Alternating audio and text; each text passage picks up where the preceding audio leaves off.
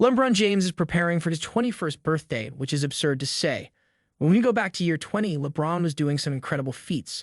He was really on a rampage up until that time, playing amazing basketball and scoring the balls so well that even though it seemed like his game had slowed down a little, he was still among the league's best players. In the end, he broke the scoring record. But he then put his foot out from under him against the Dallas Mavericks. In the end, he sustained injuries. Although he was able to return for the Lakers, I don't think he was ever fully recovered from the Mavericks game, and he might not have been after setting a new scoring mark.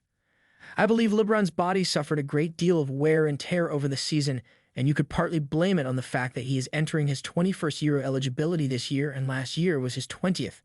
However, I believe that Anthony Davis' condition had a significant role in it as well.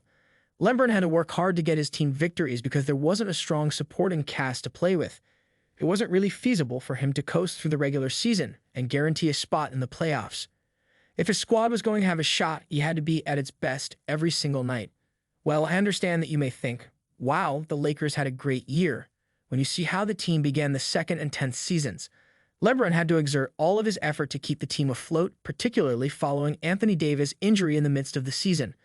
LeBron attempted to give them everything he had because they needed it, and as a result, his body finally gave up on him. When the playoffs rolled around, some speculated that LeBron was beginning to show his age, but I don't think that's the case. He's back in the lab during the offseason, therefore I believe it was the injury. He has time to correct his footing. And because of the offseason moves the Lakers made to surround LeBron James and Anthony Davis with the right players, and because they have far less pressure on those two players than they did this past season, I believe this is going to be a tremendous year. Before the trade of Russell Westbrook, the Lakers had a very top-heavy squad. Like last year. They advanced to the Western Conference Finals, had a fantastic offseason, made some smart decisions to acquire more depth, and in my opinion, are in a great position to make a run at winning the championship this year. And it could be the deciding factor. All you need is for LeBron and AD to be healthy for the playoffs, not just available and prepared to play as they did this year, but also at full strength and without injury.